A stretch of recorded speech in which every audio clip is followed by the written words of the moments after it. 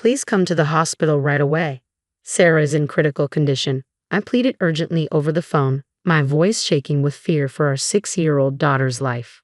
But instead of rushing to our daughter's side, my husband's harsh words cut through the line like a knife. Stop with the lies and using our daughter's life as bait. You're the worst, he accused callously. I'm not lying. Please believe me, I cried out desperately, met only with a dismissive click of the tongue and his cold promise to have one more drink before considering coming back. By the time I get there, Sarah will probably be fine. Stop bothering me, he spat before hanging up abruptly. I crumpled against the hospital corridor wall, my strength failing as I whispered, Sarah.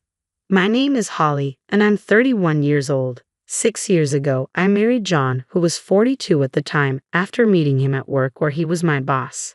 His competence, fairness, and charm won me over, and after confessing my feelings, we began dating. A year later, he proposed, and I remember tears of joy streaming down my face. Shortly after our wedding, I discovered I was pregnant.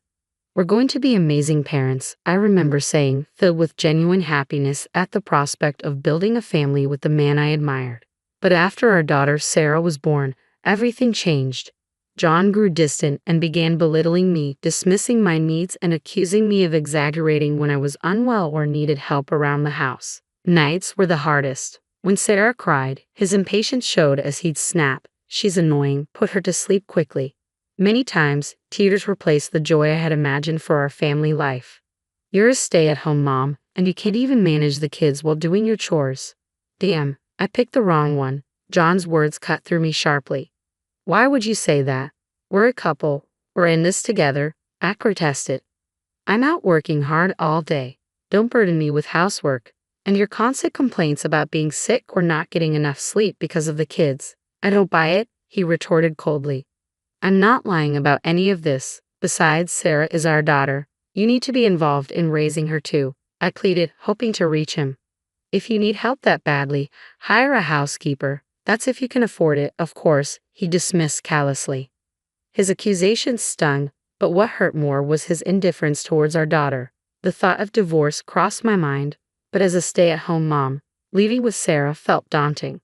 Still, I resolved to be the parent Sarah deserved, one who would protect her no matter what.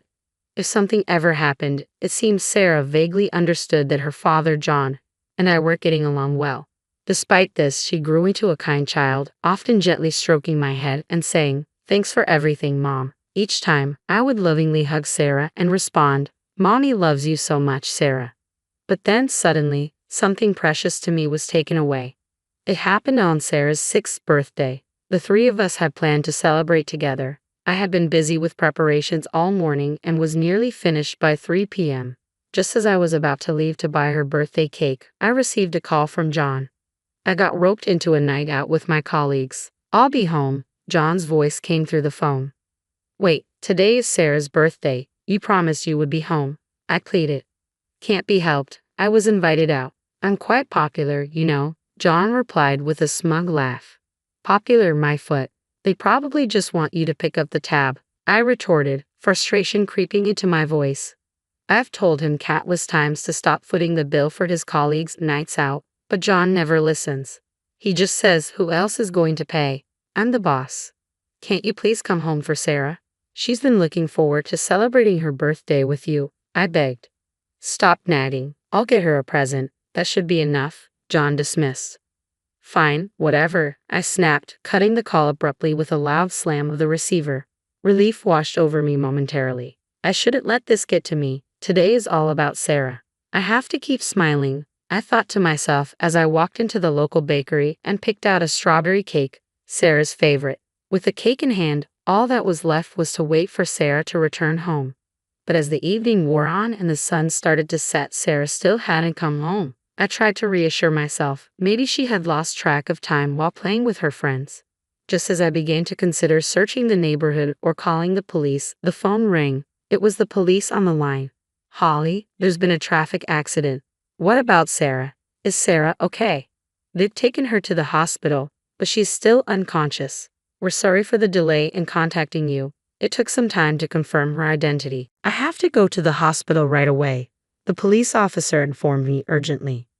I regretted not leaving Sarah a note with my contact information, but dwelling on it wouldn't help now. Rushing to the hospital, my face drained of color, I silently prayed, "Please, God, let her be okay." At the hospital, a nurse broke the news to me. Sarah was in critical condition. The strength drained from my body, and I collapsed to the floor. Just this morning, she had been fine, going to school like any other day. This wasn't supposed to happen. I struggled to convince myself it was all a terrible dream. But the steady beeping of the machines monitoring my daughter's unconscious form brought me back to harsh reality. "I need to call John," I muttered, stepping out of the room to dial my husband's number. "What? It's you again. Don't bother me while I'm out drinking," John's voice slurred through the phone.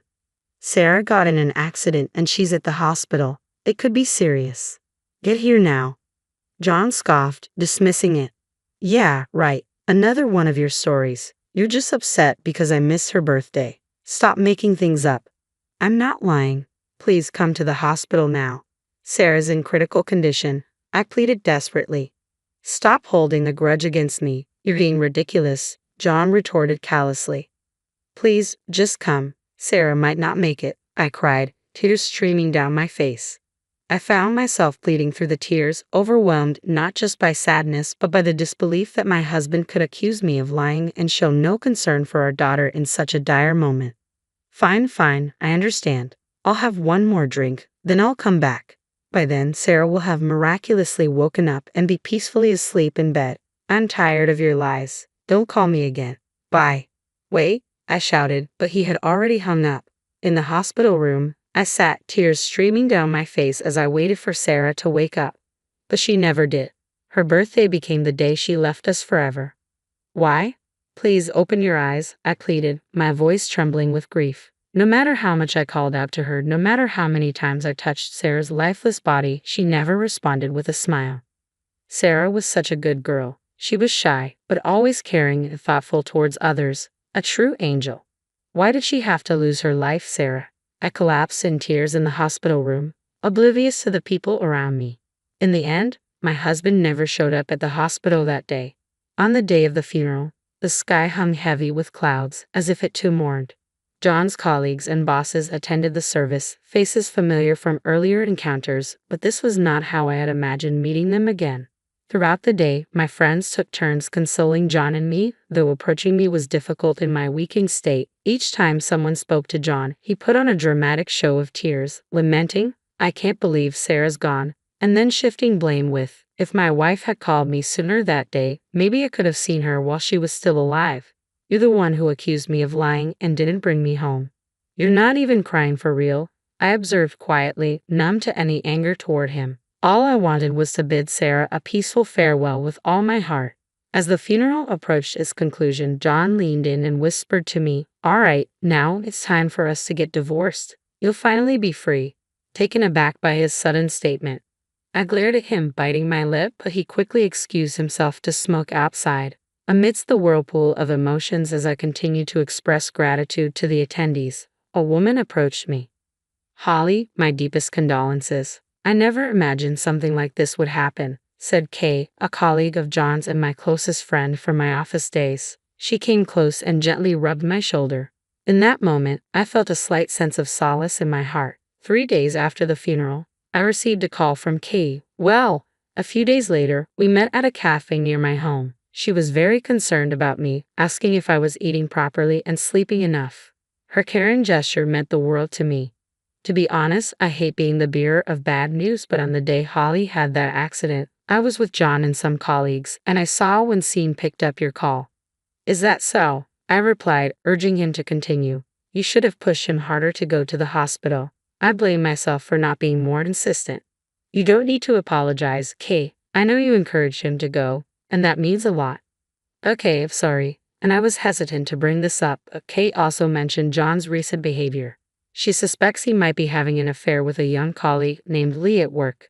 After everyone left that night, it seems he was alone with Lee. I hate to say it, but there have been rumors at the office about John and Lee. People think they might be having an affair.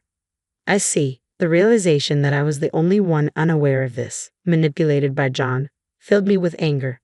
Okay, there's something I want to ask you. Yeah. You want to gather evidence of John's infidelity, right? I'll help. Okay. My longtime friend from my office days already knew what I needed. With case support, I resolved to gather evidence of my husband's affair at work. A week later, Kate provided more details about John's affair. She revealed that John and his mistress openly flirted at work, often leaving together after hours and disappearing into a hotel district. Kate had followed them, capturing photos and videos of their encounters. Thank you for all of this, Kate, I said, struggling to hold back tears as I forced a smile at her words of concern. Holly, are you okay? If there's anything else I can do to help, just let me know. That night, I confronted my husband with signed divorce papers. Let's get a divorce, please, I told him firmly.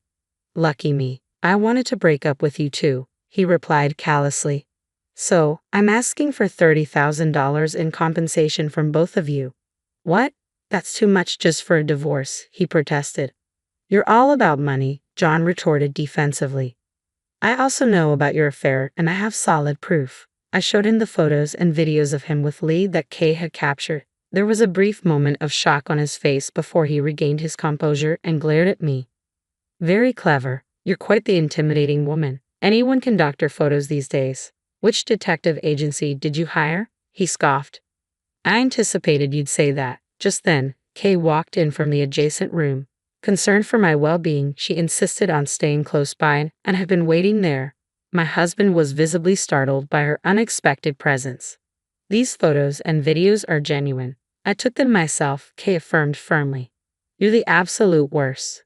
Our daughter has passed away, and you're cheating too. If you don't confess, I'll report it to our boss. Please don't do that. So, you admit to cheating then? Yeah, I guess, my husband admitted reluctantly, his face contorted with discomfort. All right, so we're getting divorced. Make sure you pay me alimony. Despite admitting to the affair, John still refused to pay alimony. If you're going to be this stubborn, I'll consult a lawyer. Do you, a housewife, even have the money to hire a lawyer? I've been working online all this time, saving up to support Sarah on my own in case we ever got divorced. I intended to use that money for her, but now I'll use it against you. Until now, John had looked down on me. Even when I confronted him with proof of his affair, he appeared unfazed. But suddenly, panic crept into his expression. Wait, hold on. This is some kind of joke, right? Huh? If you think this is a joke, try me. I won't settle for a half-hearted agreement, I stated coldly. At my firm words, John dropped to his knees, pleading desperately. I only started seeing Lee because she made advances towards me. It's not my fault, he began, offering excuses. I can't afford to pay alimony. Please reconsider. He bowed his head to the floor, tears streaming down his face. Yeah, and I'm sure those tears are just for show. Goodbye, I said, brushing off my husband as I grabbed the Boston bag I had packed and left home with Kay. Later, I hired a lawyer and successfully filed for divorce and damages. I managed to secure $25,000 in damages from Lee as well. John lost his family, his money, and was promptly dumped by Lee. Who said I'd only dated you because you had money? Lee retorted. I never expected things to end up like this, John lamented. And when our affair at the office was exposed, we were called in by the CEO, and as Kay told me, transferred to different rural areas. Following my divorce, I moved back to my parents' house and continued working from home. Sarah was laid to rest in our family cemetery back home. While I still mourned deeply, I resolved to live out my remaining years quietly and peacefully.